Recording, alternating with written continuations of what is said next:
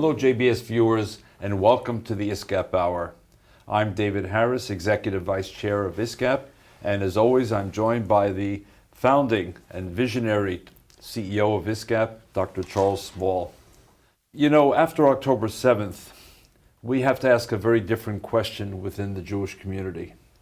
And the question has to focus on outcomes and not simply outputs of the many laudable efforts of Jewish organizations. What organizations are really moving the needle? What organizations are really changing the discourse? And what organizations are really affecting change? That has to be the measurement tool by which we assess Jewish organizations, and not simply output. How many meetings an organization had, how many trips they took, how many posts on social media. Obviously, those are important. But after October 7th, the playbook changed. And the tools of measurement have to change for all of us in the Jewish community. And that's exactly why, as I've told JBS viewers before, after nearly 50 years of working in the Jewish community, I joined ISGAP because I believed then, and I believe even more today as I learn more, that ISGAP is moving the needle, it's changing the discourse, and it's achieving policy change.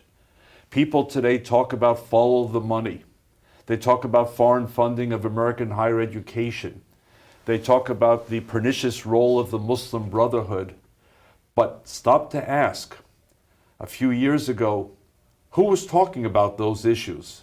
Long before October 7th, it was actually ISGAP and my partner, Dr. Charles Small.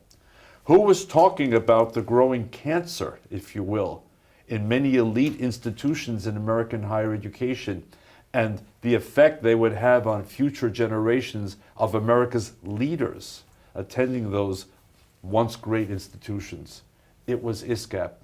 So by my measurement tool, which is about outcome and not simply output, ISGAP deserves your attention and, if I may, your support. And with that, Charles, I turn to our regular conversation, and I want to ask you a question very much in that spirit. ISGAP has just issued a report, not on American universities this time, which you have, but on K through 12, and another pernicious effort to capture the minds of young people even before they enter university.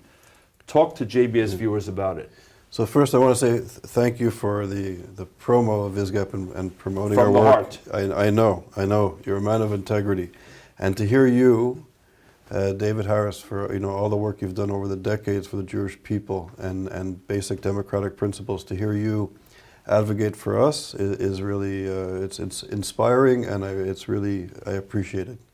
Those words coming from you mean a lot. And I know it will resonate with JBS viewers. When you say something, I know people listen. And you could attest, there are no notes here, there is no teleprompter there. It simply is what I believe today in a post-October 7th world, Charles. So talk to us about this report and the focus now on K through 12. Yeah. So as you were saying, the Follow Money project of ISGAP is our flagship project. We've been working on this since 2012. Since October the 7th, we've come out with 11 reports, now 12 reports. We released this report on K through 12 yesterday. It's our 12th report. Yesterday, for purposes of this conversation, means March the 12th. Right. So we released it, and as you were saying, the Muslim Brotherhood in Qatar and other nefarious sources have been funding higher education now for decades. And now what we've discovered is that they've moved from young adults who are supposed to be debating and exploring ideas through higher education. They're now creating curriculum throughout the United States that manipulates children. They're targeting children to erase any connection that the Jewish people have to the land of Israel. They're portraying the Middle East as essentially Muslim. The K through 12 report shows that the Muslim Brotherhood is funding through Qatar K through 12 education that minimizes the existence of the Christian community and minority communities, and essentially erases the connection that the Jewish people have not only to Israel but to the region. So they're really promoting through new curriculum for children that the Middle East is somehow essentially Muslim, and that the Jewish people in Israel are usurpers and colonizers, and all the ugly anti-Semitic dehumanizing aspects that we deal with in university is now being placed on children. And in our report we show that we explore this program called the Choices Program that comes out of primarily Brown University, but also... So an Ivy League university has lent its name to a program called Choices, Correct. which focuses on kindergarten through 12th grade and introduces curricular material which school districts are taking up or rejecting. They're taking up throughout the country. So in the last few years, we started getting phone calls from concerned parents, a lot of Jewish parents and Israeli American Jews, also in California, in Illinois, in Connecticut. In Westchester County, because actually correct. some people I know Right. contacted ISGAP and said, help, what's Exactly. going on here? Exactly. So we see parents are taking their children out of elementary schools and because they're concerned about the curriculum, the textbooks that demonize Jewish people and demonize their children. So there's been a trend, and we started doing research and we found this program. It's well funded by the Qataris. The professors are at Brown, at Duke, and at North Carolina University. And there's a concerted effort now throughout the country to rewrite education when it comes to Israel and the Jewish people. So to borrow a word from the Columbia encampments, where's the resistance to this naked attempt to capture the minds of our young people? Right. So now we hope with this report and the work that ISGAP is doing in Washington, we have an amazing team of people bringing these reports to the Congress, to the Senate, and to very important committees, as well as to law enforcement. We hope that we'll create awareness, and this rewriting of curriculum with anti-Semitism. We're poisoning the minds of our American young kids. As young as kindergarten, Correct. This report is saying. Is that right? Is that right, Charles? Yes, it's absurd and very dangerous.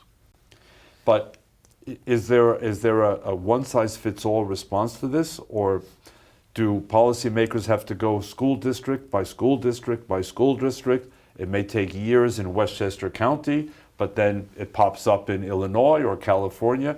Is there a way to approach this more broadly? Look, I hope so. I hope we're bringing this to Washington, to the Department of Education and different committees dealing with these sensitive issues. We hope the federal government will come down hard on this propaganda now passing as education. And I think when we create awareness, if ISGAP is creating awareness, informing parents across the country that this is a danger to their children, and that Jewish parents now understand the source of the problem that they've been confronting for years, hopefully will help to awareness, and knowledge is power, and hopefully our reports will have some impact. How do the sponsors of this program market it? I mean, how would a school district, wherever, in Nassau County, Long Island, how would it know about it? So the Choices program is a prestigious program. It's based at Brown. Is that because of the Brown Duke UNC connection? Absolutely. So it brands itself as a top education institution, which it is, and it gains entry into school boards and school districts across the country. It trains teachers. It brings teachers who are often, they're paid very little in the United States. They give them incentives, financial incentives to use their courses, to be trained by them. So it's a very sophisticated effort to change our curriculum at the local level. And is there a federal role? I mean, the current Trump administration is trying to dismantle the Department of Education. And whether it succeeds or not, is there an address in Washington? That's a great question. So just several days ago, as you know, the Trump administration just fired nearly a third of the workforce at the Department of Education with the goal of even cutting back further, and with the goal of shutting down the Department of Education at the federal level and transferring education to the state and local level.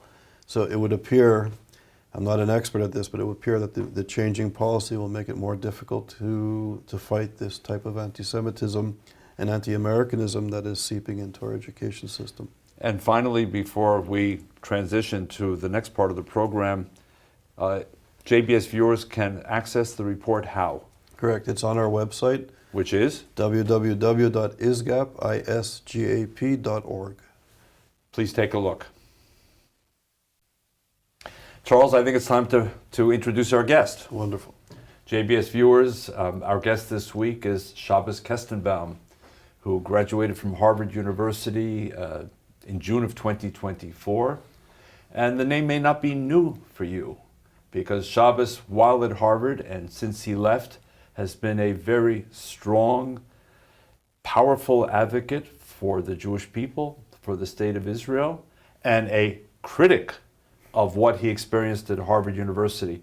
But don't listen to me. We want to listen to Shabbos. Shabbos, first of all, tell our viewers a little bit about your own background. Sure. Well, first of all, thank you both so much for having me. I come from a modern Orthodox family. I'm one of 7, which is fairly typical. And as I said in my convention speech at the Republican National Convention, I'm a proud first-generation American. So my parents are both from England. My dad actually came here 30 years ago to chase the American dream. He started a small business, which he leads to this day. His business actually is an auction house specializing in rare Judaica, and that's relevant because I grew up in a house where quite literally every single wall was covered in 17th, 18th century manuscripts and books. And so I grew up in a house where the passion and enthusiasm of Jewish history, Jewish culture, and Judaism as a religion was paramount, and that really animated my political and religious beliefs, and I think cultivated a persona whereby being Jewish is just simply who I am. It's my identity, and that's why when I experienced anti-Semitism at Harvard and elsewhere, it was just so natural and obvious that I would speak out. So one of the journeys that you followed, though, was a rather unpredictable political journey in a way, because you've said elsewhere that you began as a Democrat at a very early age, 9 or 10 years old. You even supported Bernie Sanders during an earlier presidential campaign, and now you're telling JBS viewers you were at the Republican Party convention. What's going on Yeah, here, don't hold it against me. So yeah, I remember being 9 years old, knocking on doors in Teaneck, New Jersey for then presidential candidate Barack Obama. I did the same thing for, at the time, mayor of Newark, Cory Booker, when he was running for Senate. I can compare my progressive credentials any day of the week. I marched for Black Lives Matter, marched at the Supreme Court when Roe v. Wade was overturned. I was at the Democratic convention at the age of 17 in support of Bernie Sanders, and I voted for him in the primaries in 2020. To me, my ideological evolution is somewhat similar to the ideological evolution of numerous American Jews post-October 7th, which is a feeling of political homelessness. As Ronald Reagan said, I did not abandon the Democratic Party. The Democratic Party abandoned me. It happens to be I'm still a registered Democrat for reasons I can't exactly articulate. But what I will say is I remember being at the Ohel, the grave of the Lubavitcher Rebbe, with Ben Shapiro, the family of Idan Alexander, the American hostage, and Jerry Wartsky, an Auschwitz survivor, with President Trump on the anniversary of October 7th. And we invited Kamala Harris, told her to come. And when she said, no, fine, you can come a different day, she still said no. So I believe in strong actions to combat climate change. I believe in a woman's right to choose. I believe in education reform. But I also believe we can't talk about those things if we are dead. I think if you have 7 American hostages in Gaza, if Jewish students on college campuses are being assaulted, that is my number one focus. And if a major political party is not going to make time out of their day to meet with Jewish students, to meet with American hostages, that's their prerogative, but the Jewish community will simply not support you anymore. And whether you love Trump, you hate Trump, the fact of the matter is, it's a very good thing that 45% of New York Jewry voted for Trump, 44% of Pennsylvania Jewry, 41% of Ohio Jewry. Why? Because it shows that we are an electoral force to be reckoned with. We have leverage, we have political power. And if the Democratic Party wants to win elections again, which I'm not opposed to, then they better start making concessions to the American Jewish community in the same way they already make concessions to the African American community, to the LGBTQ plus coalition. We need to be treated just like any other political force in this country. Do not be taken for granted. So Shabbos, the Democratic Party was pretty much everyone's grandparents' party and parents' party. Jews felt most comfortable there, as you know. From Franklin Roosevelt to Harry Truman to John Kennedy to Bill Clinton, and for many to Barack Obama. In your view, what happened within the Democratic Party? The Democratic Party has been hijacked in the same way institutions of higher learning in the United States have been hijacked by a radical, loud minority of individuals who do not believe in Western civilization, who do not believe in the rule of law, who believe in simply empowering the loudest and most radical voices. And the problem with the Democratic Party is rather than standing up to the bullies, rather than affirming their political priorities and their values as a party, they have continuously capitulated and acquiesced to the worst elements within our party. And the Senate Judiciary Committee is probably the best example of this. So the Senate Judiciary Committee was controlled, of course, by the Democratic Party under Joe Biden. We could not get a hearing on anti-Semitism. We could not get one. The Republicans who are controlling the House, they would have one every other week. And finally, after mounting political pressure, Dick Durbin, who was the chairman of the committee, decided they would hold a hearing on all forms of hate. I remember marching with Black Lives Matter. I distinctly remember when people would tell me, it's true, Black Lives Matter, but all lives matter. Me being very angry, saying right now the issue is Black lives. They are being the ones discriminated against, being persecuted, being harmed by systemic racism. But the Democratic Party has all lives matter, Jewish lives, and anti-Semitism. And finally, after less than 2 months of a Republican majority in the Senate, there was finally a hearing on anti-Semitism at the Judiciary Committee. Not only that, Mahmoud Khalil, who has just been detained and is facing deportation, a radical student at Columbia University who inspired protests that sent police officers and university employees to the hospital, that sent out pro-Hamas propaganda and leaflets, he's been detained, and the reaction of the Senate Judiciary Committee is they published on their Twitter, quote, "Free Mahmoud Khalil." To be clear, the Democrats on the Democrats on the committee, thank you. They never once said free Idan Alexander, free Hirsch Goldberg Prolin, free Omer Nutra, but free Mahmoud Khalil. The Senate Democrats have decided to make a martyr out of someone who was quite literally called for the eradication of Western civilization. I don't understand how it is we can continue to support a party that does not want to support us.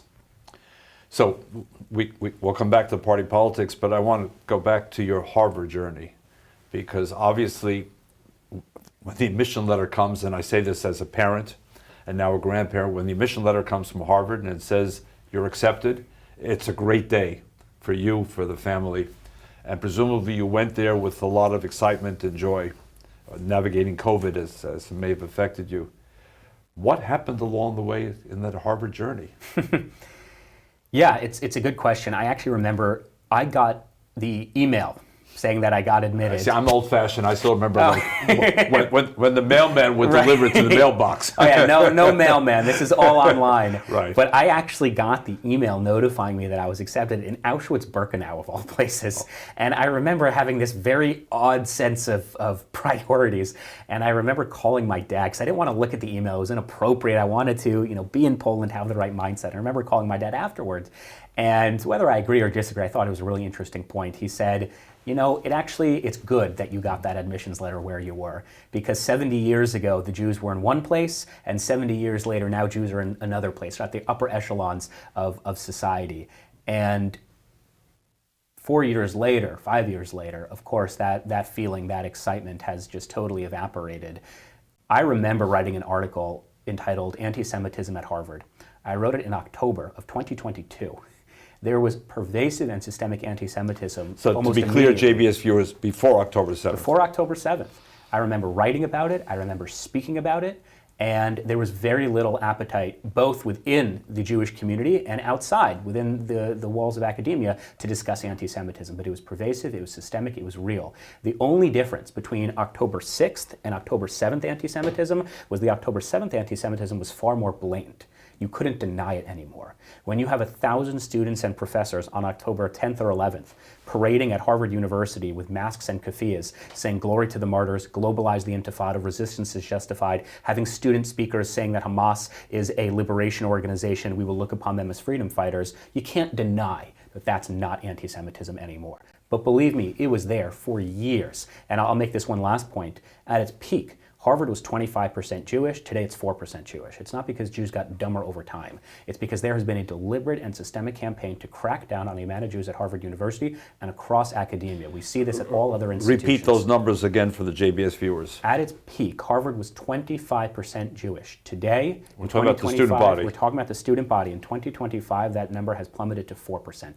That is true across the board. At Princeton, at Yale, at Columbia, at Penn, across the board, there's been a crackdown on the amount of Jews accepted into these universities.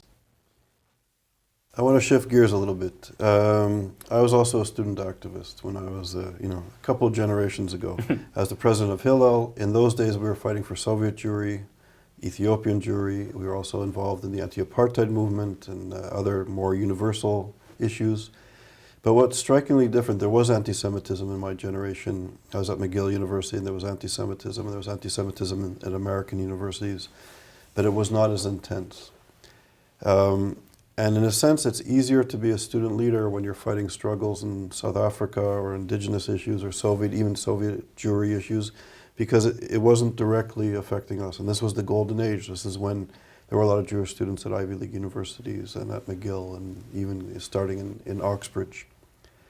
To be a student leader today, and you've emerged as a leader of the student movement here in the United States, you have to be, I think, to some extent brave, because these are the issues that are confronting you and your colleagues and friends.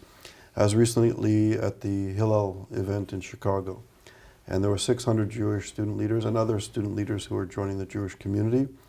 And I study these issues well, I know these issues well, I'm on campuses, and I was blown away at the level of hate, of anti-Semitism that is being taught in the classroom and is kind of in the social environment. We had instances of Jewish students with mezuzahs on their doors being burnt down, students being physically accosted, professors openly telling Jewish doctoral students and postdoctoral students they are no longer welcome to be working with them because they were Zionist and they were Jewish. They were open to them. So we have students leaving universities, as you were saying, and dealing with a very difficult social situation and career advancement situation. So to the Jewish young people watching the show, what's your message to them? How have you kind of embraced the issues and become a leader in the struggle against anti-Semitism? And what would you say to young Jewish kids who are trying to find their footing in this very difficult social environment and political environment? What would empower them, in your view, to take on the issues and to be proud of who they are and to join friends and colleagues and organizations confronting it? Sure. Well, first of all, I think you painted a pretty good picture of the reality of Jewish students on college campuses. I speak on the national media quite often, and it is so unbelievably frustrating when an anchor or journalist will describe this as an issue of free speech. We can protect students or we can protect speech, when all of the incidents you just described, which all happened, I know the students who were affected by those incidents, it has nothing to do with free speech. At Drexel University, when a dorm door is burnt down, when a mezuzah of an undergraduate student at Harvard is stolen and smashed. I mean, those are not instances of free speech. It's an issue of physical assault. It's an issue of vandalization. It is not an issue of we can either protect the First Amendment or Jewish students. We must move beyond those binaries. And in terms of my message, it's relatively succinct. If I were to consider myself someone fighting anti-Semitism or combating hate, I would have quit a while ago. I'm not doing a very good job at that. But I don't see myself as doing that. I see myself as fighting for something, fighting for the Jewish homeland, fighting for Jewish values, fighting for Jewish peoplehood. Last night, I was speaking at an event with the parents of Omer Nutra and Ori Danino, who were two hostages, of course, killed in Gaza, although Omer was killed on October 7th. And I told them, even at its worst moments at Harvard, when I felt angry, when I felt sad, even when I felt scared, there was one thing I never felt, and that was feeling alone. I never felt I was doing this alone, because as cliche as it may sound, I am part of a 3,000-year-old story. And it's a tragic story, it doesn't always have the happiest ending, but it's also a story that is miraculous, a story that is so uplifting and beautiful. And the fact that I get to play a role in that story, I get to be a character in that story, I cannot think of anything more motivating than that. And that's my message to Jewish students. I speak on college campuses and I tell them this the whole time. So you're not fighting, your roommates who draw swastikas. I mean, you should call them out, they should be punished. But more importantly than that, you're fighting for this 3,000-year-old story. You're fighting for the only democracy in the Middle East.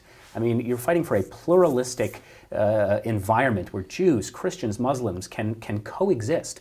I can't think of anything more worthy of a fight than that. I think that's a wonderful answer. And one of the projects we're doing at ISGAP is called Jewish Consciousness. Our enemies are defining us as white supremacists, as apartheid supporters, as occupiers.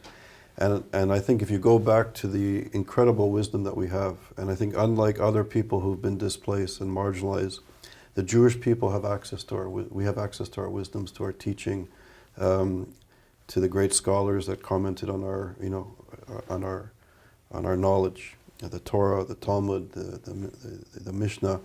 We have this incredible story. And through this project of Jewish consciousness, we turn to Jewish ideas of who we are as a people, what our ethics are, how do we treat ourselves, how do we treat the other. And it's empowering if we define who we are as opposed to our enemies trying to define us in our classrooms and our campus. This is very empowering. Exactly, and this is why I'm such a fan of what ISGAP does, because we're not playing defense. We're not simply responding to accusations. We're not allowing our narrative to be defined by our ideological adversaries. And while externally, I think there are certain ways that American society can combat anti-Semitism, internally, as a Jewish community, I think there's only one way, and that's education. It is ensuring that there is not a Jewish American today who's being sent to a public school because their parents can't afford a yeshiva tuition, that there's not an American Jew who does not know where their nearest synagogue is located, there's not an American Jew who has not had at least the opportunity to go to Israel fully subsidized. That is how we as a community can galvanize the next generation of young American Jews who, after October 7th, do feel a sense of belonging. They do want to be part of this people, of this story, and we need our American Jewish leadership to rise to the occasion and to meet young American Jews where they are. I should say very briefly, in my time at the Hillel Conference in Chicago, I was horrified by the levels of anti-Semitism that the students are facing, but I was inspired by the kind of the emerging young Jewish leadership that's taking place on campus. And people are, as you say, anti-Semitism, maybe the silver lining is that we're coming together and we're gaining more pride and we're moving forward as a people. Yeah, I had a meeting with Prime Minister Netanyahu. He met with Jewish students about 3-4 weeks ago, and I told him this. I said, Abigail Adams writes this letter to John Adams, remember the ladies. I said in a similar vein, remember the students. Young American Jews have really woken up after October 7th. And yes, there's the Jewish nonprofit world and the Jewish establishments, and they're important. But it's the young American Jews who are going to talk about Zionism in spaces where you don't typically talk about Zionism. We're going to fly our Israeli flags and American flags in spaces where you probably shouldn't do that, because we really feel connected to this land, to this people, and we want to express that. Beautifully said. I want to come back to Harvard. Oh no. And I want to do so also as a case study. Help us understand how a university which achieved a 25% Jewish enrollment, based not on a gift to the Jewish people, but simply a level playing field which allowed Jews to compete where they once couldn't. A university which had people like Henry Rozovsky and Larry Bacco and others who rose to positions of extraordinary prominence, to the best of my knowledge, without abandoning their Jewish identity. How could one of the world's great universities and liberal institutions have found itself in a situation where you, a once proud high school student admitted, are now suing the university? Yeah, it's a good question, and I think too often people point to one specific answer. I actually think it's a combination of lots of things. People often forget that in June of 2023, so shortly before October 7th, Harvard was sued, and their case went all the way up to the Supreme Court, and the Supreme Court found that Harvard's admissions criteria was unconstitutional because it discriminated against Asian Americans and other students. So there is already cause. There is already proof that Harvard selects who they want and who they want based on categories like racial preference, like sexual orientation. So this is not speculation, it's not hyperbole, it's not conjecture. It's the Supreme Court, the highest court of land, actually ruling that Harvard is favoring certain groups over the other. I think that's one answer. Jews, of course, have the misfortune of being mischaracterized as white. We fall under this DEI prism of oppressor and oppressed, which is why I was having serious debates with classmates of mine shortly after October 7th as to whether the nails lodged in Jewish women by Hamas on October 7th constituted rape or not. I was of the opinion it did, and they, of course, the progressive elites, were of the opinion it didn't. We were the first university in the world, because of Harvard Chabad, to show the 47-minute Hamas propaganda video. And Gilad Ardan came, the former ambassador, Israeli ambassador to the UN. Bill Ackman came, and we said, more than any other institution, it's critical that at Harvard students watch this. Claudine Gay does not show up, of course. 2 days later, she gives her incredible congressional testimony. And by the way, JBS viewers, Claudine Gay, you'll remember, was the former president of Harvard, who yes, subsequently lost her job because of this and because of plagiarism accusations. Exactly. And there are roughly 400, maybe 500 students who come to the screening. Almost all of them were Jews, were people like me who really didn't need to see the video. Because you can show my classmates the most horrific, grotesque, graphic videos and images of October 7th. It's really not going to move them in any way because, as they will tell you, as they've told me, resistance is justified when people are occupied. You know, what did you expect? So part of it falls under the DEI rubric. We're white, we're privileged, we do not have the same luxuries as other minority groups. Other part of it, and this is where ISGAP comes into play, there's a significant amount of foreign funding. We know that in the last 4 years, roughly $200 million has been given to Harvard by Qatar, the UAE, and Saudi Arabia alone, and that's just what's being reported. We don't actually know the full extent. I mean, Yale University infamously was underreporting how much they were receiving from Qatar by roughly $20 million.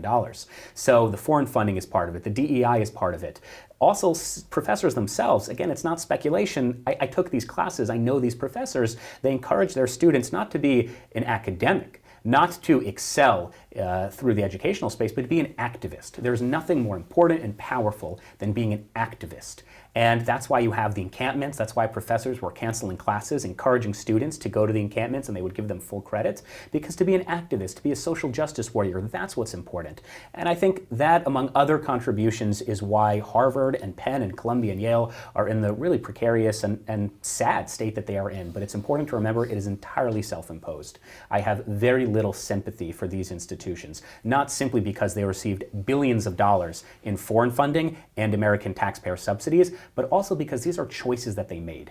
And I always say, we're obviously suing Harvard, but if Harvard wanted to combat anti-Semitism, if they wanted to rid themselves of political indoctrination and wokeism, they could literally do it right now. There is nothing preventing them from disciplining the 2 students who physically assaulted a Jewish student at Harvard Business School. There's nothing preventing them from rescinding the Qatari money. There's nothing preventing them from having intellectual diversity, but they are refusing and unwilling to make the even most basic of concessions. And the Jewish people and the American community are sick and tired of this, and they're moving on. I cannot tell you how many hedge fund managers and CEOs and billionaires, including one I just spoke to last week, who've told me to my face, you know, Shabbos, we really don't want to hire Harvard grads and Columbia grads and Yale grads anymore. So while it may have been true, not that I'm aging you, but in your generation, a Harvard degree was a golden ticket, I'm telling you it is not the case anymore. So again, let's go deeper. DEI. Many people at the beginning thought this was a very well-intentioned, in fact, long overdue program for American universities. Were they simply misinformed, or did it go off the rails at Harvard? And for those who follow you on social media, as I do, and I'd encourage JBS viewers to follow Shabbos Kestenbaum on X and other social media platforms, you've made a particular target, the head of DEI at Harvard. Why? Yeah, Sherry Charleston. I think if she still has a job within a couple of months, then Harvard becomes irredeemable. This is a woman, Wow, who, after Jonathan Tuttle, who is a employee at Harvard University. I want to get to him too, but go ahead. Sure.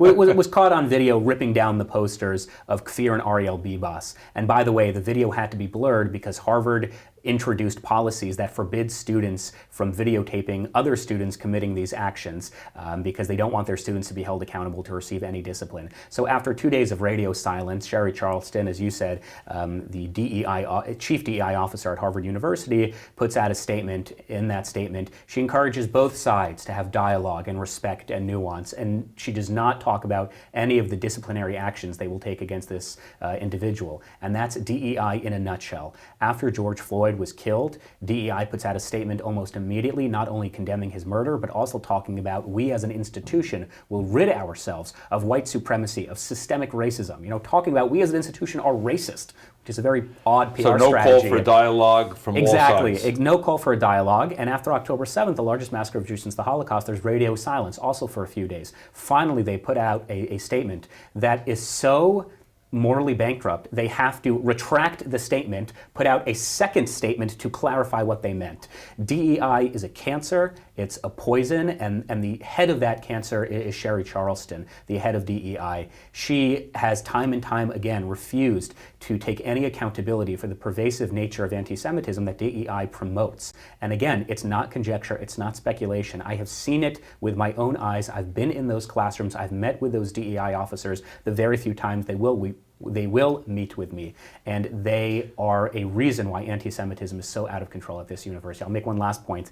I remember there was an anti-Semitic incident a few months ago. I don't actually remember what the incident was because it's hard to keep track. And the office of the chaplain's office, together with DEI, put out a statement. It does not use the word Jew, it does not use the word Israel, it does not use the word anti-Semitism. There's moral clarity when it comes to sexism and homophobia and racism, but when it comes to anti-Semitism, there's no such word as anti-Semitism at Harvard. It's anti-Semitism and Islamophobia. It's one very long word. They don't have that moral clarity because they don't care about this issue. So I'm going to push you a little bit. So I think your assessment of DEI when it comes to issues of anti-Semitism in the Jewish community is spot on. I know you also come from a background that was dealing with racism and Black Lives Matter, and you were concerned about the murder of George Floyd, etc. How do you deal with issues of racism, which is still systemic in the United States and in institutions of higher education? And in a sense, how do we bridge a gap between the Jewish community and the African American community in our common struggle for equality, for ending hatred against both communities? So how, when the African American community hears people speaking about, ending DEI, they get nervous, to say the least. So how do you bridge that gap? How do we work together? Sure. I think if you care about racial equality and harmony, then you would join me in trying to get rid of DEI, which is why some of its most active opponents are African Americans, because what DEI inherently means is we do not believe that you, as a black person, as a gay person, as a woman, we don't believe that you can succeed on your own. You simply do not you do not have the intellectual capabilities or the talents to succeed. We are therefore going to lower the standards in order to artificially boost your qualities and your values. There is nothing more patronizing, more racist, and more silly than DEI. And leaving aside the anti-Semitism just for a moment, almost all studies that have tracked DEI in the last 5 years post George Floyd have all shown that, again, leaving aside the anti-Semitism, if the goal of DEI is to create more racial harmony, is to create inclusivity and fostering collaboration in the workforce, then it literally does not work. Because employees at businesses where DEI has been instituted have reported that they feel less likely to talk about race and sexual orientation and their diverse experiences. They feel less included. They feel more of a sense of hostilities and racial discrimination at work. So even if you believe in the values of DEI, the system of DEI itself doesn't even work at what it purports to actually do. Do you see a difference between DEI and affirmative action? Yes and no. I think affirmative action, when it was first instituted, was obviously, my parents are from the UK, it was once called positive discrimination. It was used to counter an obvious sense of discrimination and systemic racism. If there is a policy in the United States today, if anyone, black, white, Jew, Muslim, Christian, can point to a law on the books that discriminates anyone based on their sexual orientation, their racial identity, their religious preferences, I will be the first one to join you, to lead marches, and to organize to get rid of that law or to get rid of that policy. The problem is, in the 21st century, I don't see any of those policies on the books. I don't see those laws. I don't see that systemic discrimination. Is there social and cultural discrimination? Absolutely. But the reality is you will never be able to dictate or legislate your way out of an ideology. Racism, anti-Semitism, Islamophobia, they are abhorrent ideologies. I condemn them. But as I said, there's no legislation that can dictate how someone can think. What we can do, what we do as a society is say, if you're a racist bus driver and you tell an African American to go to the back of the bus, we send you to jail that night. That is how we defeat racism. However, when it comes to anti-Semitism, we never take that approach. We say, we'll send them to a Holocaust museum, have them meet some Jewish kids in a school. I don't care if people think we have horns. I don't care if people think that we control the banks. I do not care. I care if they act on those thoughts, if they start throwing rocks at the synagogues, if they start saying that Zionists can't learn in our schools anymore. And the only way you combat that externally is by just prosecuting crime, just enforcing the law. But the problem with anti-Semitism, as I said, we have feckless leaders, both in the Jewish community, if I may say so, and our policymakers, who refuse to actually just prosecute criminality. At Columbia University, this is the best example, you had roughly 160 students who were finally arrested by the NYPD after 3 weeks of illegally occupying Hamilton Hall. Almost 140 of them were released within the next day. We do not prosecute crime. We have allowed a culture of impunity or immunity where you can violate as many laws as you like in the name of Palestine, in the name of systemic oppression, in the name of an intifada, and you will be given the total validation and freedom to do that. It's a tremendous problem. You spoke about feckless leaders in the Jewish community. And not This is where I get into a lot of trouble, but yes. And not just in the political space. What would you like to see those Jewish leaders doing instead of what they're currently doing? Oh man, so I'm not going to name names. Not that they invite me to the gala dinners anymore. Nor are we asking you. No, what I will say is this. It is obvious that after October 7th, the Jewish nonprofit space and the Jewish leadership, at best, being generous, was unprepared to meet the moment. And at worst, one can actually make the argument that it was their policies that sort of amplified and encouraged what we're seeing today. It is great to tackle Black Lives Matter and to tackle anti-Asian hate and homophobia, but if you're a Jewish nonprofit, the overwhelming amount of your resources and funding should go to anti-Semitism, to promoting Jewish values and Jewish culture. I cannot tell you the amount of Jewish students who on a daily basis will reach out to me saying that they're struggling to raise $500 to do a tabling at a campus. They're struggling to raise funds to bring in a speaker. And I was on a panel, I won't say where and I won't say who, but I was on a panel with the CEO of a major Jewish nonprofit. And I tell the panel my story, I tell the audience my story. And this CEO, this major Jewish nonprofit that you all know and heard of, he or she starts bragging about the amount of money that they raised post-October 7th. Hundreds of millions of dollars. And I, of course, wasn't going to say anything, but in the back of my head, I'm thinking, where has the money gone to? What have you done with it? Because Jewish students who, let's not kid ourselves, are at the forefront, not just of experiencing anti-Semitism, but of fighting back, they are struggling. They do not have the resources to do what needs to be done. And I believe that Jewish students and young American Jews, they are not tomorrow's leaders. They are today's leaders. They are the ones testifying in front of Congress, going on national media, speaking with Christian groups and different allies. We need to give them as many resources as possible, and we are just not seeing the Jewish nonprofit space meeting that moment. There are certainly exceptions, of course, but as a whole, there aren't. So I'm going to ask you a different question, getting at the same point. I don't want you to name the organizations in which you're disappointed. I'd be interested to know. Go on my Twitter, I think I posted it. Off camera. However, from the sky, $1 million, $5 million, $10 million falls into your lap. Obviously, apart from the generous donation you're going to make to ISGAP, tell our JBS viewers, and JBS viewers are committed Jews. They're involved in the community and they write checks.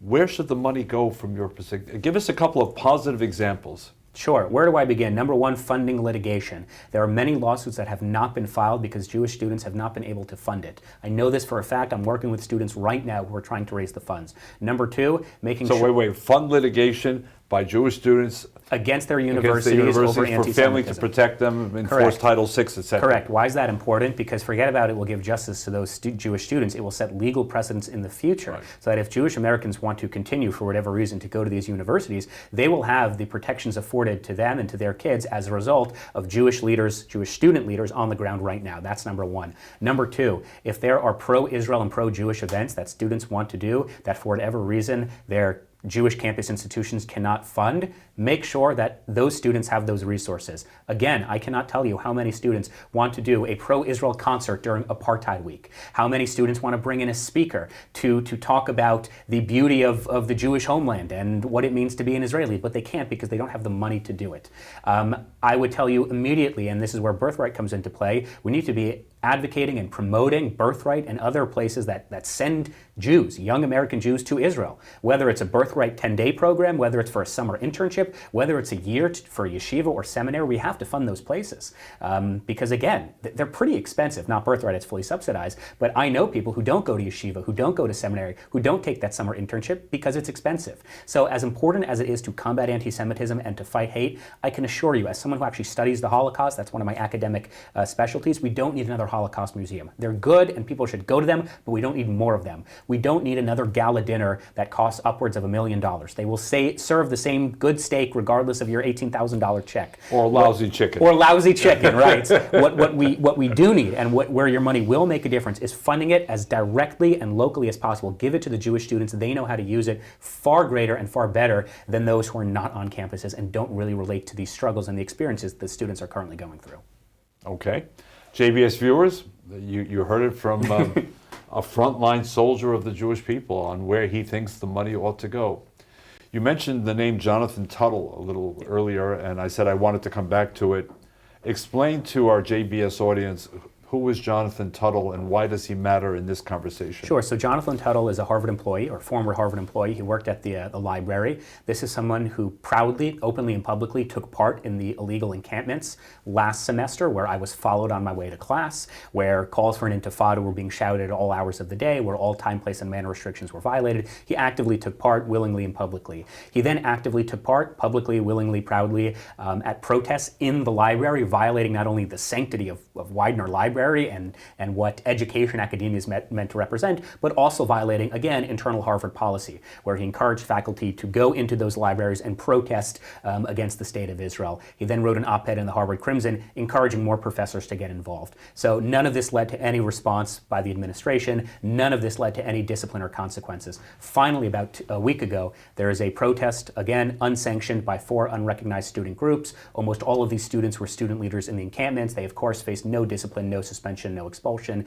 And Jonathan Tuttle is seen on video taking down pictures of Kfir and Ariel Bibas, the 9-month-old baby and 4-year-old who were brutally kidnapped on October 7th and killed in captivity. He rips their posters, throw it on the ground. There are Jewish students who see this, they record it. The Jewish students, I was not on campus, of course, they send me the video and they say, don't tell anyone that we gave it to you, blur out his name, because the Jewish students at Harvard are scared of repercussions. Because in fact, there was a Jewish undergrad who sent me a video a couple months ago of an anti-Semitic incident, and that Jewish student was spoken to. He was disciplined by his tutor at his undergraduate house of, you violated, the internal Harvard policies of recording. Harvard is scared of getting any of this leaked out to the press. So the student said, you can put out this video on your X, don't tell anyone where you got it from, and you have to blur his face as well. That is the level of pernicious anti-Semitism and a double standard at Harvard University and across institutions of higher learning. The only reason that this employee was eventually disciplined was not because DEI was outraged, was not because Harvard wanted to enforce policy. It's because I posted about it, Bill Ackman retweeted, and it got a couple of million views, and I know for a fact that Sherry Charleston, the chief DEI officer, got a lot of angry emails. But I can assure you and tell you this, if there was no video, nothing would have happened. But Harvard tells its vast network of alumni and donors, we have a task force on anti-Semitism. We've set this up with eminent professors and other participants. Some of the professors, by the way, think that Israel is an apartheid state. Yep. So you have experts on anti-Semitism teaching anti-Semitism. But this is one of the lines of defense and reassurance by Harvard to its community, to which you say? This is my favorite question, to which I say is this: great, there's an anti-Semitism task force. What was their conclusion again? Oh, that's right. They haven't come up with a conclusion after more than a year of studying it. That's number one. Number two, as you just mentioned, the leaders of the task force, let's look at Derek Pensler. He's the head of the Center for Jewish Studies. There were accusations that he's an anti-Semite. That of course is not true. He's a good, honorable man. But he is also someone who signed on to a letter calling Israel an apartheid state. And when I called him out publicly at Harvard University, he denied it. Your listeners right now can Google Derek Pensler, Israel apartheid. You can see the letter he signed on to it. That's number two. Number three, he publicly downplayed anti-Semitism at Harvard University on multiple occasions, telling, I believe it was the Boston Globe and JTA, that anti-Semitism at Harvard University was, quote, exaggerated. So this is the individual that Harvard University decided was going to combat anti-Semitism. Mind you, The other co-chair of the task force resigned, Rafaela Sadoun, because she explicitly stated this is simply a prop. This is a tool for Harvard University to say we're combating anti-Semitism because look at our task force. Rabbi David Wolpe, preeminent rabbi in the United States and my professor and role model, he resigned from not the anti-Semitism task force, because before the task force they had the anti-Semitism advisory group, which is just as useless as it sounds. The advisory group had no power. Claudine Gay barely met with them. He resigned, saying that this, once again, is a tool used by the administration to talk to their graduates as if they were 4-year-olds, saying, well, we're combating the issue because look how many task force we established. There has not been a single policy implementation as a result of the task force. The task force has not concluded because they don't want to. I can tell you this, it used to be off the record, but I stopped caring. Derek Pensler and Jared Elias, who are the two co-chairs of the task force, they were praying and hoping that our lawsuit would succeed because the establishment of the IRA definition of anti-Semitism, the International Holocaust Remembrance Alliance definition, only came as a result of our lawsuit. And Derek Pensler, of course, he's against the IRA definition, but they conceded privately that this would be a way to combat anti-Semitism, but they did not want to be held responsible for it. They would be taken off the hook. Exactly, so they were taken off the hook as a result. I'll make this one last point. I emailed the anti-Semitism task force more than 40 times. I never got a response. It was only when I spoke... You said 40. 40. It is only when I went in front of the United States Congress on live TV under oath, calling out the anti-Semitism task force for never responding to my emails, that they eventually responded to me saying, we do not respond to current events and current incidents, go tell DEI. So they are feckless, they will not produce any policies, and it is a tool, really last point and then I'll stop talking, they are a tool, and I know this because our lawsuit, after we filed it, was challenged immediately by Harvard. Immediately. And they said, this lawsuit is immature because we have a task force and we're taking it so seriously. And when we filed an amended complaint to our lawsuit in June, you know what Harvard said? We have a task force, we're taking it so seriously. And the Judge Richard Stearns of the Federal District Court of Massachusetts, recognized the silliness, the deceit of that argument. He tossed out Harvard's double motions to dismiss with prejudice, where the first lawsuit in American history pertaining to the civil rights violations of Jewish students on a college campus to actually go to trial. And Harvard has only used the task force as a way to silence accusations of anti-Semitism. I think it's even worse than that, in my humble opinion. The fact that professors on the task force signed petitions and believe that Israel is an apartheid state, in my view, is not only dangerous, it's anti-Semitic. The fact that if you make the argument that Israel is an apartheid state, from a liberal human rights perspective, from an international legal perspective, Israel must be dismantled. And any student, faculty, or staff members at Harvard who support the apartheid entity have to be disciplined and marginalized because you're espousing illegal and racist ideologies. So it's not only that they're doing nothing, but the fact that there are professors who demonize Israel, demonize Zionism, and therefore demonize the Jewish people is reprehensible and reinforces institutional anti-Semitism that is pervasive not only at Harvard, but other universities across this country. Yeah, or at the very least, that individual should not be the co-chair of a task force to combat anti-Semitism. Yep.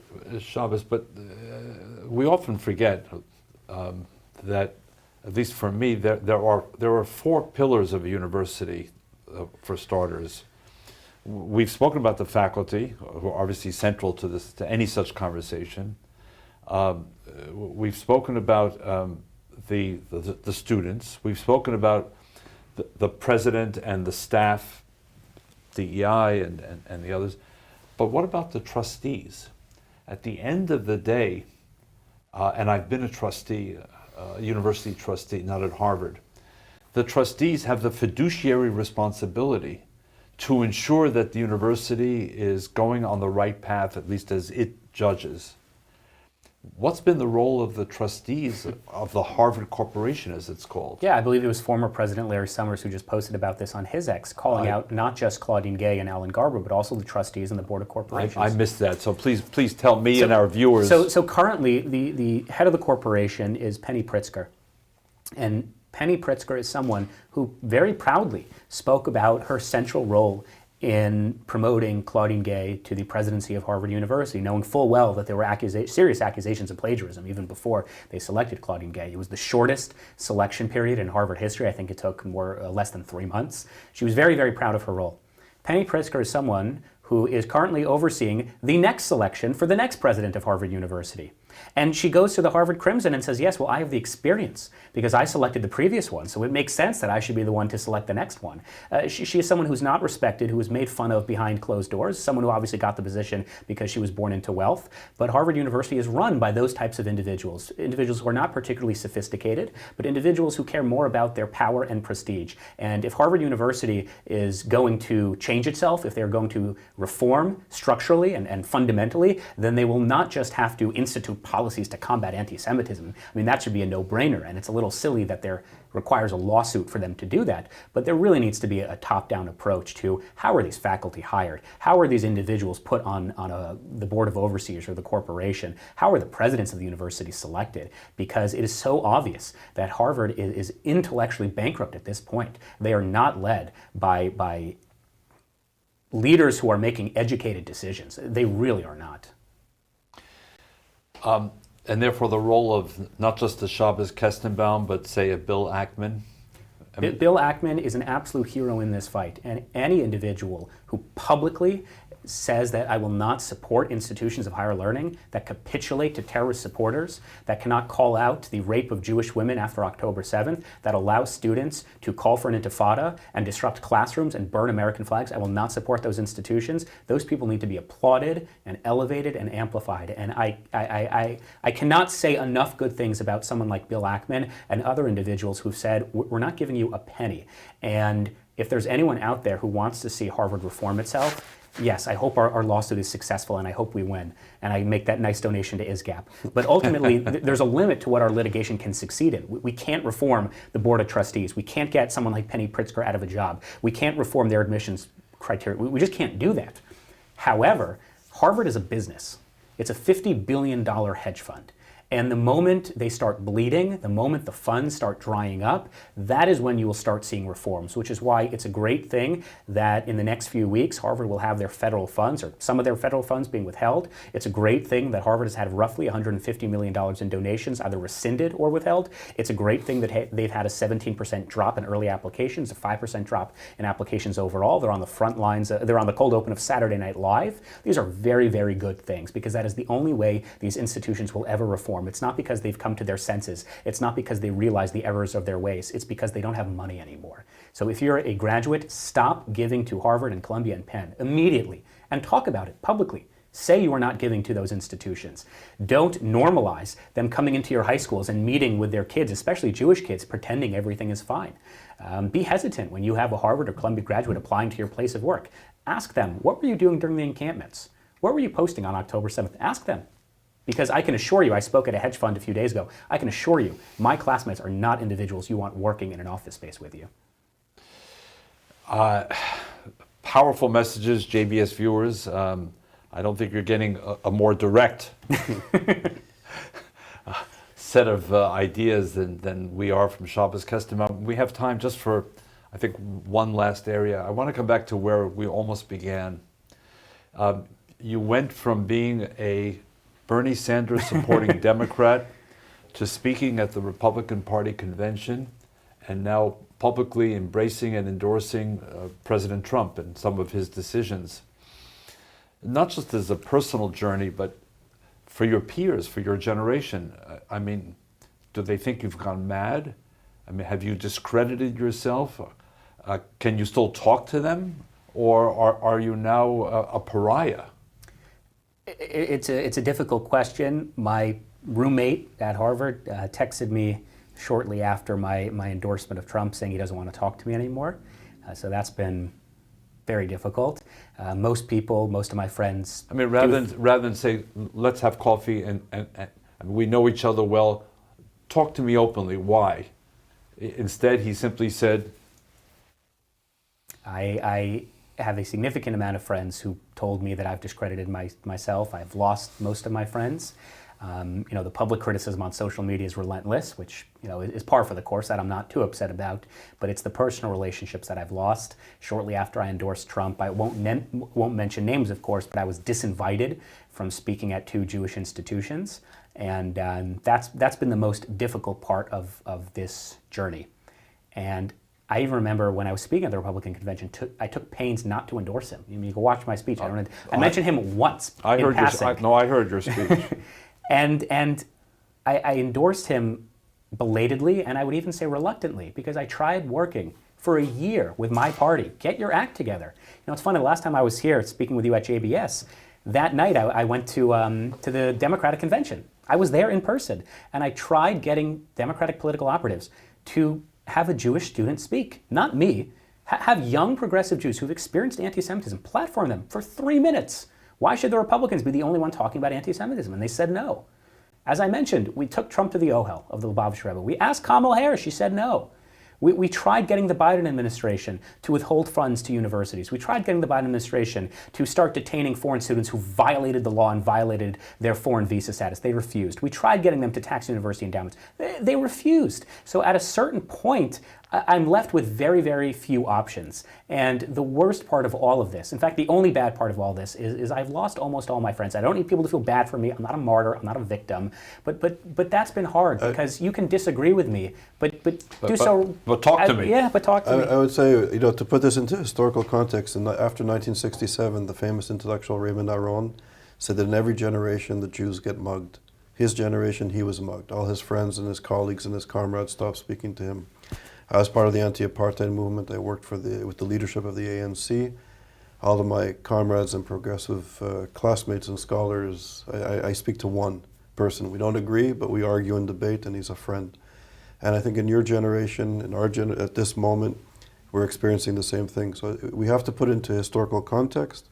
We're being mugged, but we have to stand strong. And I think you're an exemplary role model to young people and to the community.